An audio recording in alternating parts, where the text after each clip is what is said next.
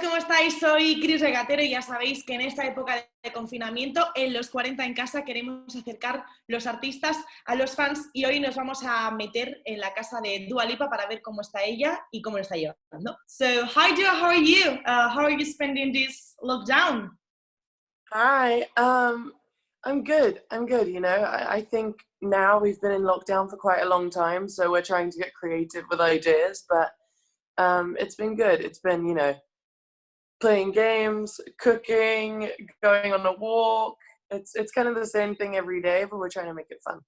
Me too, I'm cooking a lot. Yeah, same. First of all, congratulations on your new album, Future Nostalgia. Thank you. Few weeks ago, you earned your first chart-topping record in UK. Number one, girl. Yeah, So congratulations. Thank you so much. You were number one too at Los40 with Don't Start Now. So congratulations. Thank you so much. Thank you for all the support. Yeah, of course, always. I think you've made a brave decision because I know that releasing an album in the middle of this situation, it wasn't part of your plan. But I don't know if this is going to help somehow, but you have to know that your music was like a therapy for me. So thank you for your new music. I don't know if you think that music and arts are so important, are more important than ever in these times, don't you think? Yeah, I mean, you know, it was definitely a little bit of a difficult decision to decide whether I should put it out now or not. But because I made this record to get away from anything that was going on in the outside world, it felt like I just had to put it out when it was time. That was initially going to be April 3rd. Obviously, it came out a week earlier. But it just, you know, for me, hearing things like, you know, that it just made you want to dance during this time or gave you a little bit of comfort or some light, you know, I feel like I made the right decision. So it makes me super proud and really happy. So thank you. Absolutely. You've made the proper decision. So Thank you. Well, as I said, I love your album and the references to the 70s and 80s music scene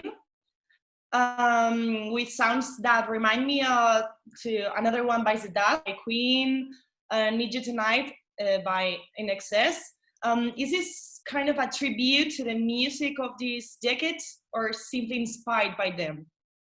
It's more like, you know, all the inspiration, the excitement that I have from those memories, you know, listening to my parents listen to those songs at home and that kind of music and dancing to it and you know, all that kind of stuff was very, like, it was such a beautiful moment in my life. Like, I had so many amazing memories. And even now when we listen to those songs with my family, it's still the kind of same feeling. So I wanted to touch on that emotion and that excitement and recreate it myself in like a more modern way. Talking about emotions, I think there is a strong girl power in this album. For example, the song "Boys Will Be Boys" has a lot to say about it. But how has your perception of feminism changed between your first album and Future Nostalgia, if it has changed, of course? I mean, my perception of feminism hasn't, you know, really changed. I still have exactly the same kind of like morals and feelings towards it. I think I just chose to speak a bit more about things that, you know, I feel like I'm affected by in an everyday basis, kind of. Oh my God, I'm so sorry. Can you hear the rain? No. Oh, you can't hear it? It's like storming down and hailing. Really? Okay. Yeah, I can't believe you can't hear it. I keep thinking that you're gonna hear it on the radio, but it's just. Don't you worry, it's fine. Okay, good. I'm glad. At least you can. It's okay. Wow. About feminism. Yeah, and I felt like I just needed to speak about certain things that I feel like I talk about anyway on a daily basis, but that I never felt like I'd put into a song. And I wanted this album to show all sides of me. You know, I wanted it to be like a representation of who I am as a person and as an artist.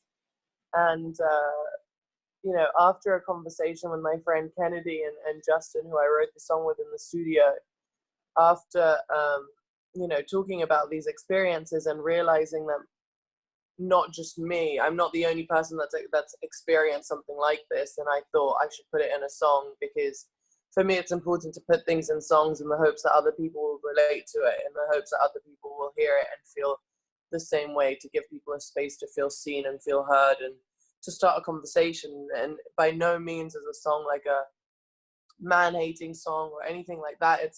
It's more just, you know, to start a conversation and to, you know, open up a discussion on how we can change the female experience, you know, growing up, and the things that we do in order to like alter ourselves in order to fit somebody else's lifestyle, which I feel like is quite unfair, and I feel like we have to do it a lot. And so that's really what the song was about and why I wanted to do it. I agree. Nice. Well, I've noticed that there is no collaborations, no featurings in the album. There's anything planned for the future? What about Rosalia, for example? Because everybody's like excited about a potential collaboration between you two. Oh my goodness, I'm such a fan of hers. I absolutely love her, and she's a friend of mine. So we're in contact quite often. But you know, we just really haven't had the chance to get into the studio together. And I think for us, in order to be able to get a song, we have to go in the room together and like brainstorm, because I think it's very particular what I do and what she does at the same time. So we have to put our brains together and to make a song. So whenever I guess we can make that happen, whenever we can get in the studio together, I'm sure we'll come up with something. We just haven't had the opportunity to. I can't wait. But yeah, the album has no features, but I have worked with some artists, which you guys may hear some songs in the future, but we'll see. Speaking of Rosalia, I like to talk to you about Latin music because it's getting stronger with Rosalia, with J Balvin, Karol G, with Tusa, and you're living in this music scene somehow. But how is this affecting or inspiring you in this Latin music? Well, you know, I absolutely love Latin music. I love Latin artists. For me, it's always exciting to get to, you know, I'm always just inspired by music of all genres. There's not a single genre that I don't, you know, love and appreciate and listen to. And I think, you know, what I love so much in music is the merging of cultures, the merging of artists, the way artists come together to create a different experience for the fans. I think it's always exciting for fan bases to see, you know, artists coming together and trying out something different, especially when you know, artists that you wouldn't necessarily expect to work together. And I think that's just like the beauty of music, you know, and how, you know, there's kind of no genre in a sense, but it's the artist that really is the face of the music. And for me, it's you know, maybe soon you guys will hear me on a Latin song, maybe. But yeah, I think it's beautiful, and I love, you know, the whole this fluid genre, you know, like yeah, I think it's sounds. I love it. I think the fluidity, and in music, it's so beautiful to be able to you know,